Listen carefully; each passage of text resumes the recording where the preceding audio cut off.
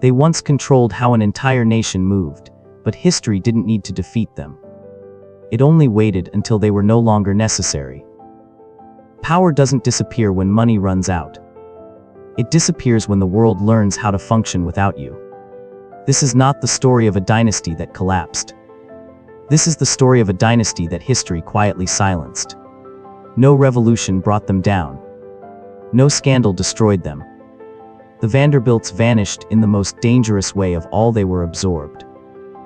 When power grows large enough, it doesn't die, it becomes a museum. In the early decades of the 19th century, the United States had not yet learned how to recognize power when it appeared. There were no established dynasties, no inherited aristocracy, sanctioned by centuries of tradition, and no shared agreement on what immense wealth should look like in a republic still uneasy with hierarchy. Power, in this moment, did not reside in marble halls or gilded salons.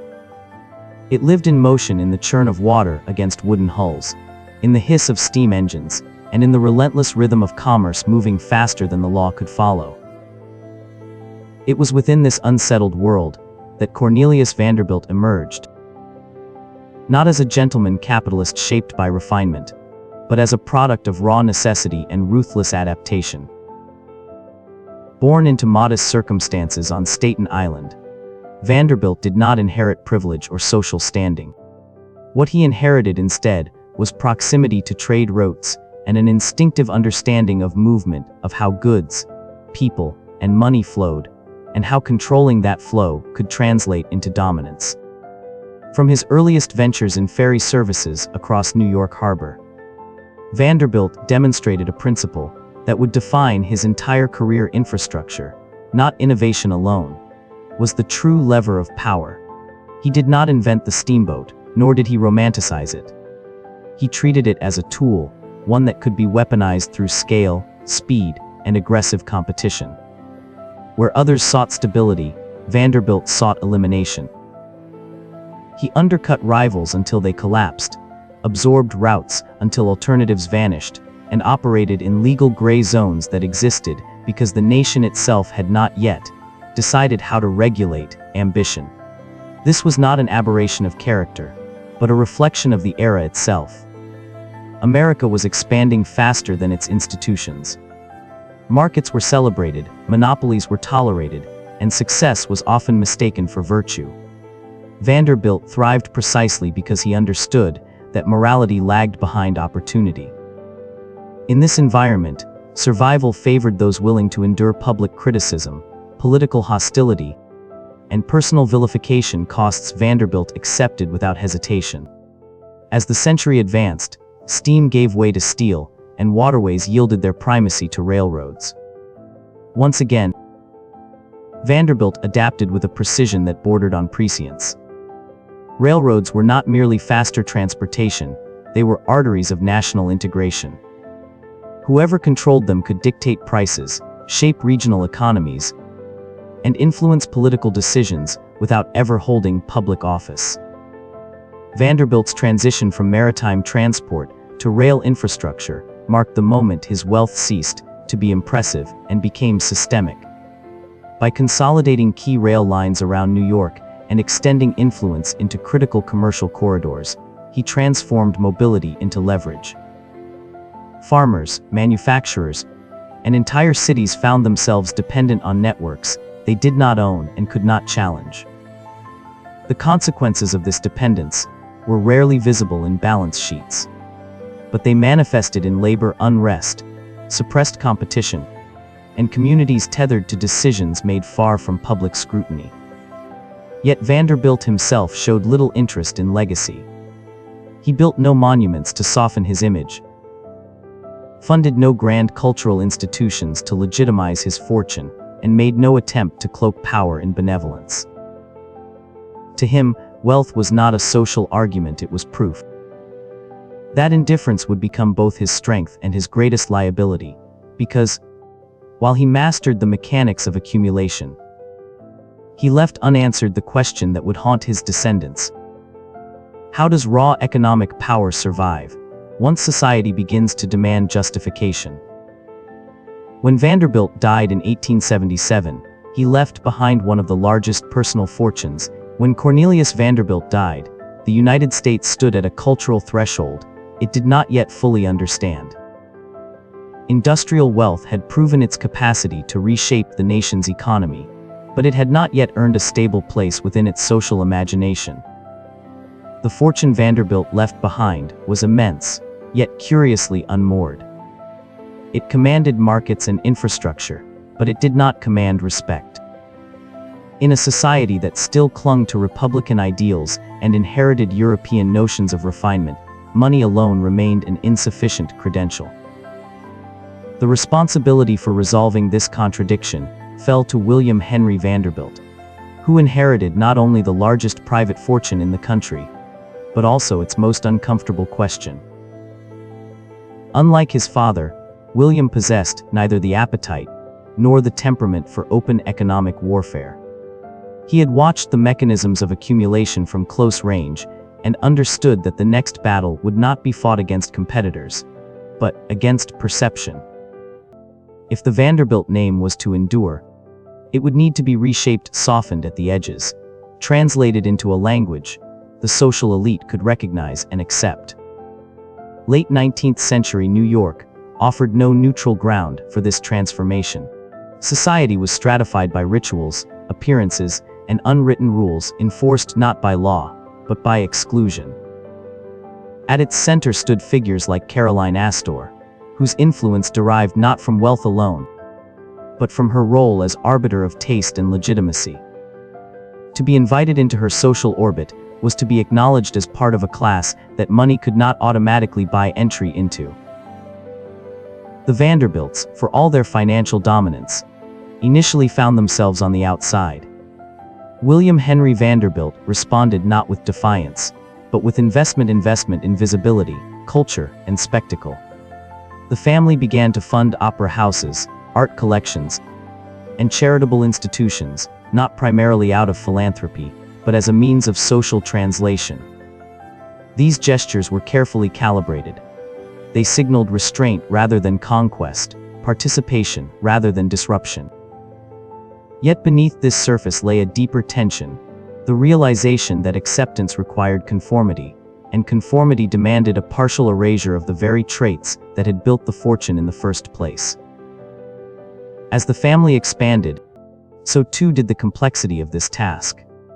Wealth that had once been centralized under a single will now had to be managed across multiple heirs, each navigating the social maze in their own way.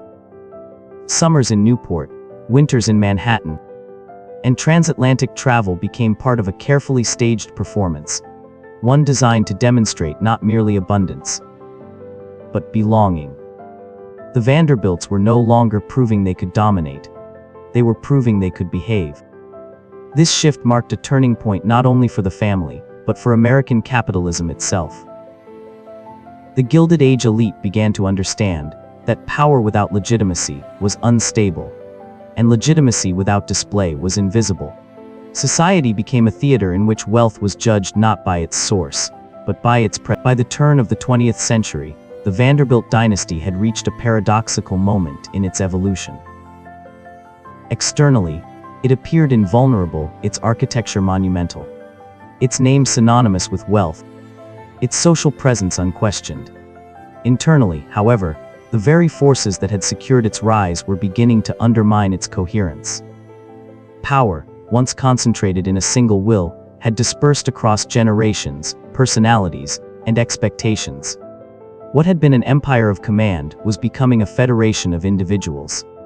The death of William Henry Vanderbilt marked a structural rupture that no amount of wealth could fully repair. Unlike his father, who had ruled through instinct and intimidation, William had presided over expansion through delegation and accommodation. His passing did not merely transfer assets, it fragmented authority. The Vanderbilt fortune was divided among multiple heirs, each inheriting resources, without inheriting the unifying discipline that had once governed their use. This dispersion altered the family's internal logic. Decisions were no longer made according to strategic necessity, but according to personal inclination and social obligation. Some heirs continued to engage with business interests, though often without the singular focus required to manage enterprises as complex as railroads. Others withdrew almost entirely from economic management, redirecting attention toward leisure, travel, and social display. The result was not chaos, but a gradual erosion of purpose, masked by continuity of lifestyle. The railroads, once the engine of Vanderbilt dominance, became increasingly difficult to oversee in this environment. As federal regulation expanded and public scrutiny intensified, the industry demanded coordination, modernization, and political engagement. These demands conflicted with a family culture now oriented toward privacy and refinement rather than confrontation. Where Cornelius Vanderbilt had thrived in conflict, his descendants found it burdensome. Infrastructure, once a source of leverage, became a liability requiring constant defense. At the same time, the social obligations that accompanied acceptance into elite society imposed their own costs. Maintaining status required continual expenditure on residences, staff, travel, and events whose purpose was symbolic rather than productive. The mansions that had once secured legitimacy now demanded loyalty. Their scale necessitated armies of servants, specialized maintenance, and seasonal occupation patterns that drained resources while generating none. What had been built to signify permanence now required perpetual reinforcement. The personal consequences of this system were often obscured by ceremony. One of the most revealing examples was Consuelo Vanderbilt, whose marriage to Charles Spencer Churchill illustrated the human cost of social strategy. Arranged to cement international prestige, the union exchanged emotional autonomy for dynastic advantage. In doing so, it exposed a quiet truth within the Vanderbilt world.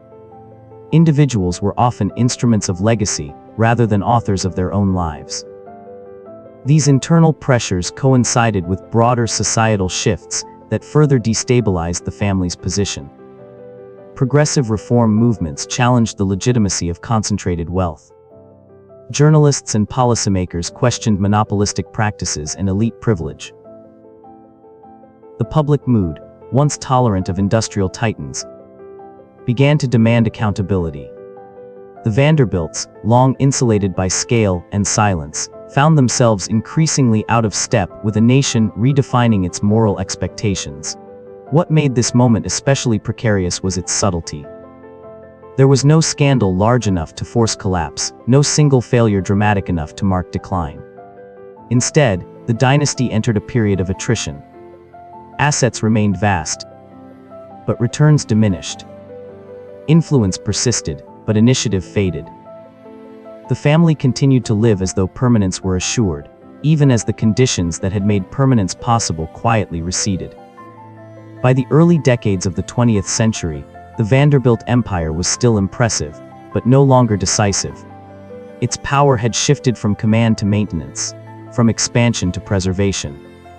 The costs of legitimacy, social, architectural, and personal, had accumulated faster than the benefits they conferred.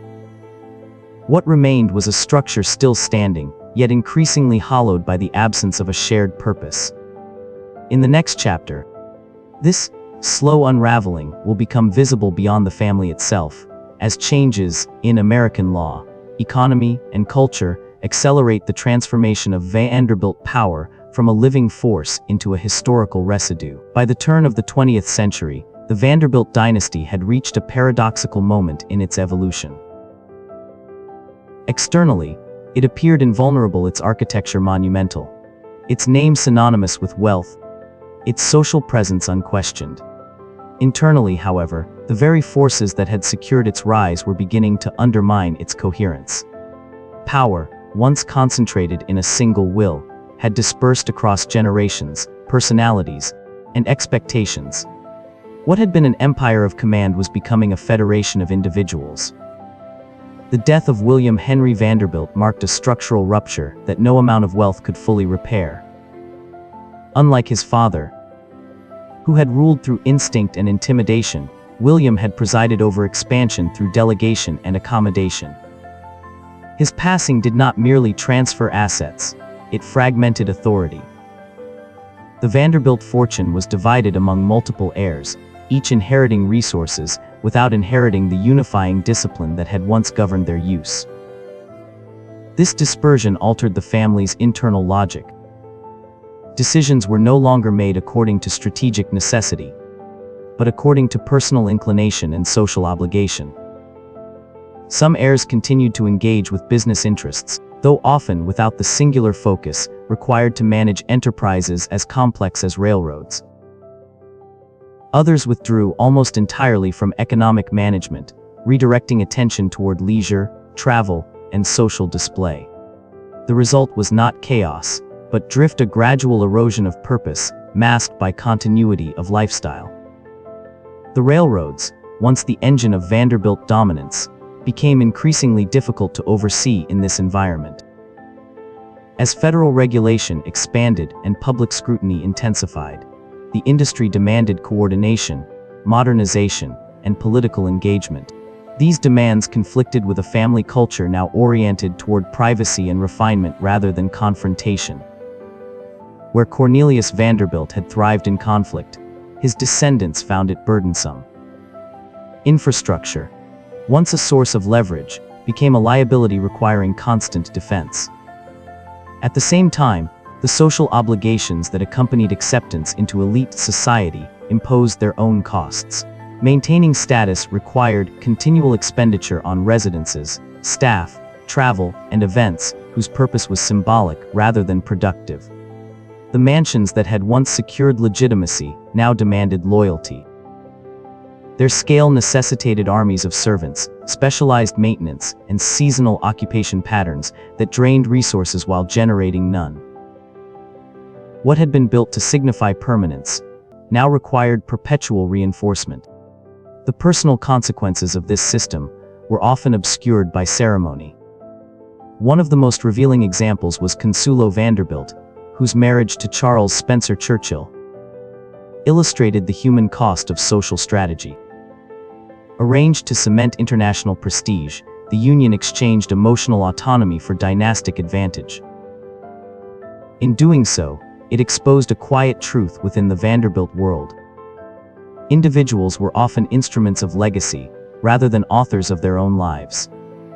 These internal pressures coincided with broader societal shifts that further destabilized the family's position.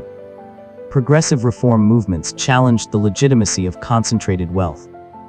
Journalists and policymakers questioned monopolistic practices and elite privilege. The public mood, the decline of the Vanderbilt dynasty, did not announce itself with collapse or disgrace. It unfolded as a retreat measured, gradual, and largely unnoticed by a nation preoccupied with its own transformation. As the United States entered the 20th century, the conditions that had once amplified Vanderbilt power began to dissolve. The country no longer needed private empires to bind its regions together. It needed institutions, regulation, and a different relationship between wealth and public life. The railroads were the first and clearest signal. Once the foundation of Vanderbilt dominance, they became subject to federal oversight and public accountability. Antitrust sentiment hardened into law. Rates, routes, and mergers, formerly dictated by private negotiation, were now scrutinized by regulators and courts. Control did not vanish overnight, but it thinned, redistributed across boards, agencies, and competing interests. The Vanderbilts still owned assets, but ownership no longer guaranteed command. This shift was most visible in places that had once symbolized absolute authority. Grand Central Terminal continued to operate as one of the great arteries of American mobility. Yet its daily rhythms no longer reflected the will of a single family. Commuters passed beneath its vaulted ceiling unaware that the logic of private dominance which built it had already expired. The structure endured, the power behind it did not. In Manhattan, the visual language of wealth began to change. The great Fifth Avenue mansions, many built by the Vanderbilts, and their peers, were increasingly out of step with the city's evolving priorities. As commercial real estate surged in value, private palaces gave way to office towers, hotels, and apartment buildings. Demolition did what social criticism could not. It erased the physical markers of a social order that no longer justified its own scale. This erasure carried a symbolic weight that contemporary observers only partially understood. These houses had been constructed to last for generations, to anchor a family's presence in stone. Their destruction revealed a fundamental miscalculation that permanence in a capitalist democracy depends less on endurance than on adaptability. The Vanderbilts had built for eternity in a society structured around change. Elsewhere, the family's seasonal world also contracted. Newport, once the epicenter of elite performance, lost its cultural monopoly as wealth diversified and tastes shifted. The ritualized summers, the orchestrated social hierarchies, and the competitive display of architecture no longer commanded national attention. Maintaining these estates became an act of nostalgia rather than relevance. Some were sold, others shuttered. Many quietly transferred into preservation organizations that redefined them as historical artifacts, rather than living symbols. Even Biltmore Estate, the most ambitious private residence in American history, could not escape this logic. Its survival depended on reinvention. Opening its doors to the public transformed it from a declaration of private supremacy into a shared cultural resource. What had once proclaimed exclusivity now relied on accessibility. The estate endured, but only by relinquishing the meaning for which it had been created. These changes did not provoke resistance from the family so much as resignation. By this point, the Vanderbilts no longer sought confrontation with the forces reshaping America. Their influence had become diffuse, their ambitions circumscribed by a society less tolerant of inherited dominance. The dynasty adapted by stepping back, by allowing its name to persist without insisting on its authority. This withdrawal coincided with a broader recalibration of American values. The Progressive Era reframed wealth as a public concern rather than a private triumph. Philanthropy expanded, but so did skepticism. By the second decade of the 20th century, the question facing the Vanderbilt dynasty was no longer how to preserve power, but how history would ultimately interpret it.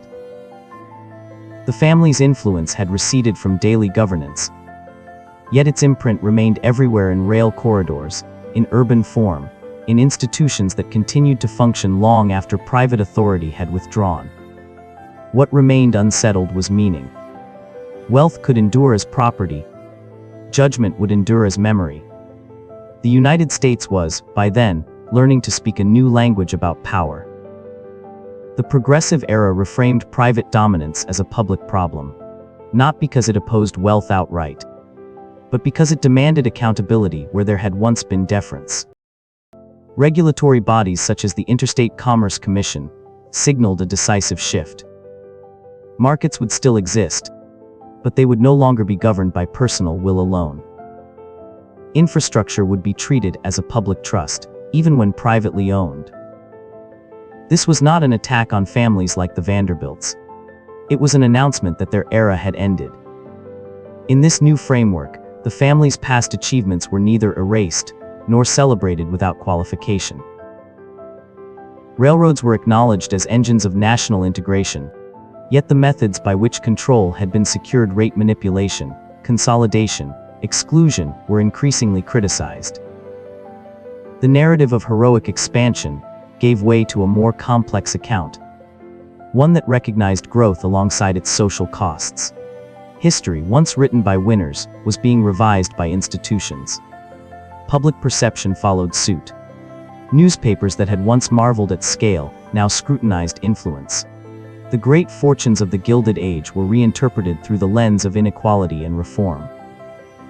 The Vanderbilts, long insulated by silence and distance, found themselves recast not as villains, but as case studies, examples of what unregulated power could achieve, and why it could not be allowed to persist unchecked.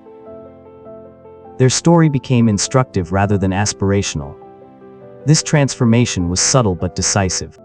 There was no formal reckoning, no tribunal of public opinion convened to pass sentence. Instead, judgment emerged through normalization. The family ceased to be exceptional. Their buildings became landmarks. Their enterprises became sectors. Their name became historical context rather than living authority. In losing distinctiveness, they lost dominance. The persistence of places like Grand Central Terminal illustrates this shift with particular clarity. There comes a moment in every historical narrative when power no longer announces itself. It does not collapse, does not retreat in disgrace, and does not demand to be remembered. It simply becomes quiet. For the Vanderbilt dynasty, that silence marked the true end of authority, not because their wealth vanished, but because its presence no longer shaped the direction of the nation that had once depended on it. By the middle of the 20th century, the mechanisms that once amplified Vanderbilt dominance had been fully absorbed into systems that no longer bore their name. Railroads continued to run. Cities continued to expand. Commerce moved with greater speed and efficiency than Cornelius Vanderbilt could ever have imagined. Yet none of this required the family's participation. The infrastructure they had mastered now belonged to a regulatory state, a corporate bureaucracy, and a public accustomed to collective oversight rather than personal command. The transformation was not experienced as loss within the broader culture. In fact, it went largely unnoticed. This absence of reaction is itself revealing. Power that once felt unavoidable had become optional.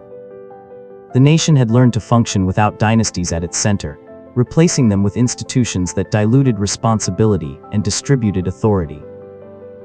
The Vanderbilts did not resist this shift. They receded with it, their withdrawal as orderly as their rise had been forceful. In New York, Grand Central Terminal remained one of the most recognizable spaces in the city, yet its meaning had inverted. Once a symbol of private coordination over national movement, it became a monument to collective rhythm. The terminal no longer expressed ownership, it expressed use. Millions passed through its concourses daily, unaware that the logic governing their movement had once been centralized in a single family's hands. Power had dissolved into routine. Far from the urban crowd, Biltmore Estate entered a different phase of existence. Its corridors, once animated by staff and ceremony, grew still. The estate endured not as a residence of command, but as a curated environment, a preserved moment in architectural time.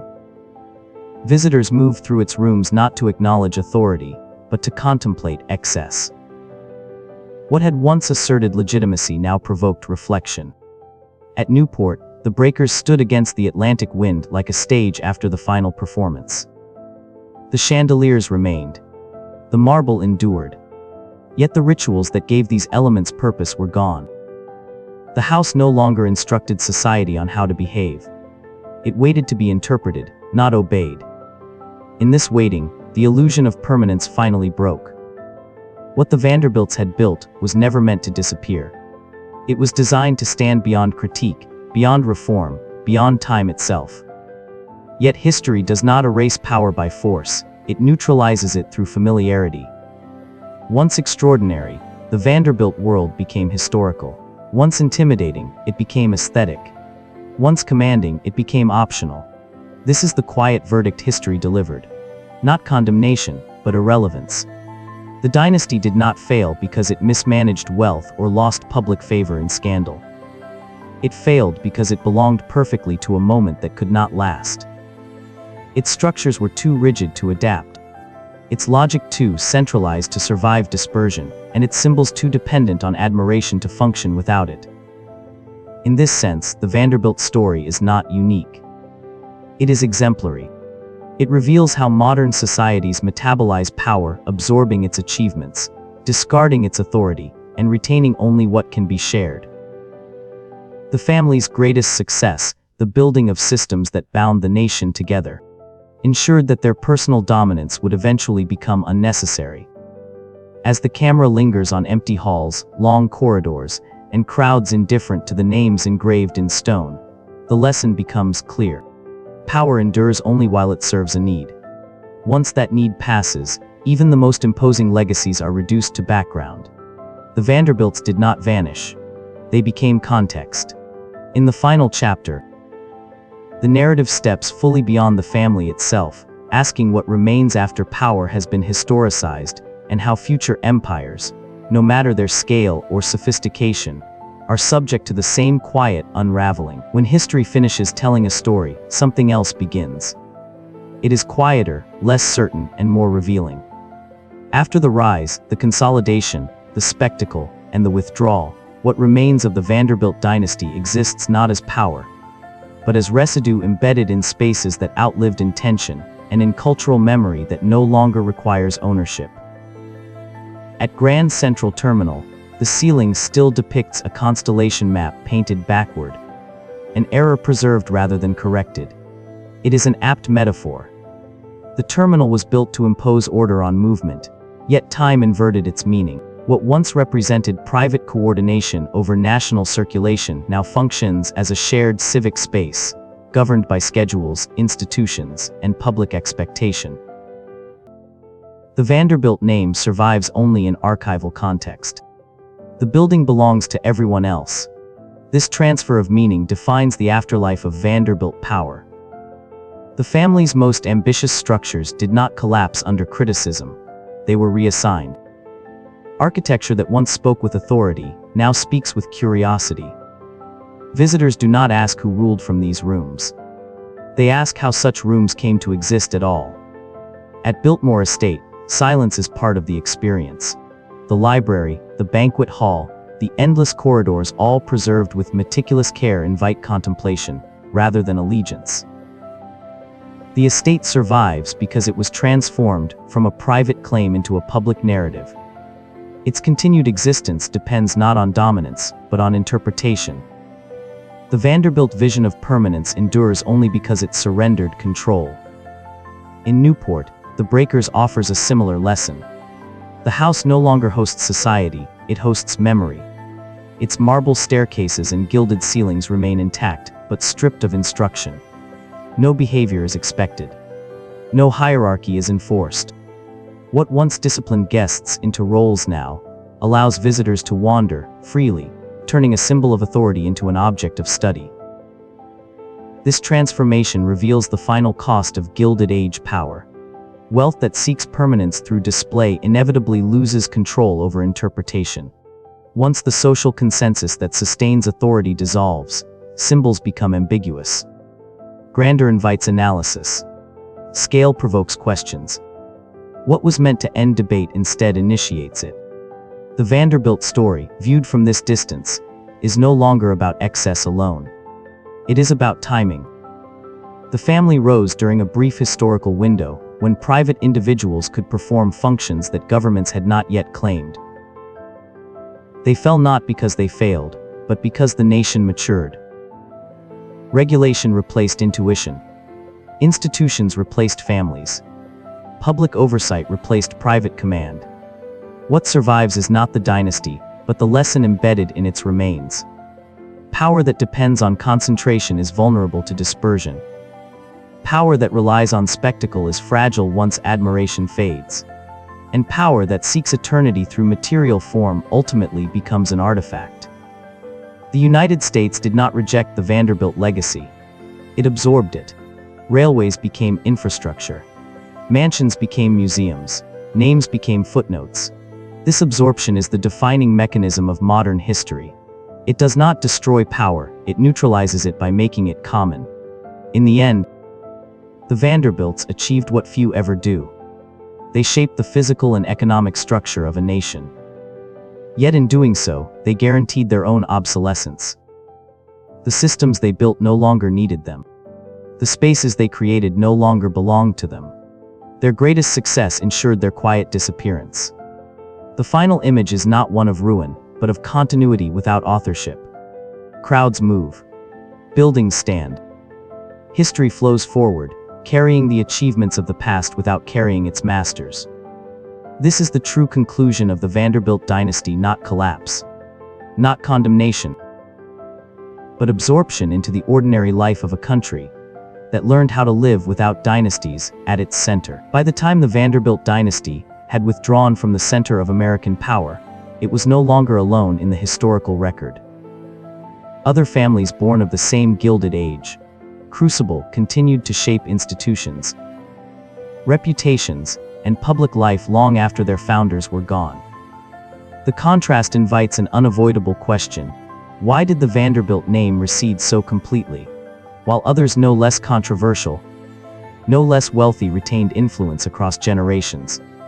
The answer lies not in morality, nor in the sheer size of fortune, but in structure. The Vanderbilts mastered control, but they did not master continuity. Their empire was optimized for dominance in a narrow historical window, not for survival across changing norms. When that window closed, the architecture of their power proved too rigid to adapt. Consider John D. Rockefeller, whose fortune rivaled, and at times exceeded that of the Vanderbilts. Rockefeller's dominance in oil was as aggressive and monopolistic as Vanderbilt's control of transportation. Yet Rockefeller's long-term strategy diverged in one critical respect: he anticipated judgment. Long before public pressure forced reform, he began converting private power into institutional legitimacy. Universities, foundations, and research institutions became vessels through which wealth could persist without provoking continuous opposition. Philanthropy, for Rockefeller, was not an afterthought, it was infrastructure for reputation. A similar logic guided Andrew Carnegie, whose steel empire helped build modern America. Carnegie's business practices were ruthless, his labor conflicts infamous. Yet his post-industrial vision was explicit and ideological. He articulated a moral framework, the gospel of wealth, that sought to reconcile inequality with social contribution. Whether one accepts that framework or not, its existence mattered. It provided a narrative that could outlive the man himself, embedding his legacy within education, culture, and public service. The Vanderbilts, by contrast, left no comparable doctrine. Their philanthropy was episodic, not systemic. Their institutions bore their name, but not their philosophy. They built monuments rather than mechanisms. Architecture communicated presence, but it did not transmit values. When public norms shifted, there was nothing adaptable beneath the stone. This difference becomes especially clear when examining generational transition. Rockefeller and Carnegie deliberately planned for succession, not merely of wealth, but of purpose. Foundations were governed by boards, missions were codified, and authority was distributed in ways that survived personal absence. Vanderbilt power, however, remained tethered to family identity. As that identity fragmented, so did influence. The dynasty lacked an institutional body capable of evolving independently of its heirs. There is also a geographic dimension to this divergence. Vanderbilt power was deeply rooted in specific places: New York, Newport, particular rail corridors. Its visibility was an asset during ascent, but a liability during decline. Rockefeller and Carnegie dispersed influence nationally and internationally through education, science, and policy-oriented philanthropy. Their names traveled forward even as their industries were dismantled or regulated. Public perception followed these structural realities. As progressive-era reformers challenged concentrated wealth, families that had already translated power into public benefit faced less hostility. Those who had not became symbols of excess rather than contributors to reform. The Vanderbilts, despite individual acts of generosity, never fully escaped association with spectacle. Their mansions remained easier to criticize than endowments were to dismantle. This does not mean the Vanderbilt story is one of failure. On the contrary, it represents a complete expression of one model of capitalism: direct control, rapid expansion, and material assertion. What distinguishes it from its contemporaries is not that it was more exploitative, but that it was more honest about its priorities. The family sought authority, not absolution. When authority lost its relevance, there was no alternative role waiting to replace it. In this sense, the Vanderbilt dynasty became a control group in American history, a baseline against which other elite strategies can be measured.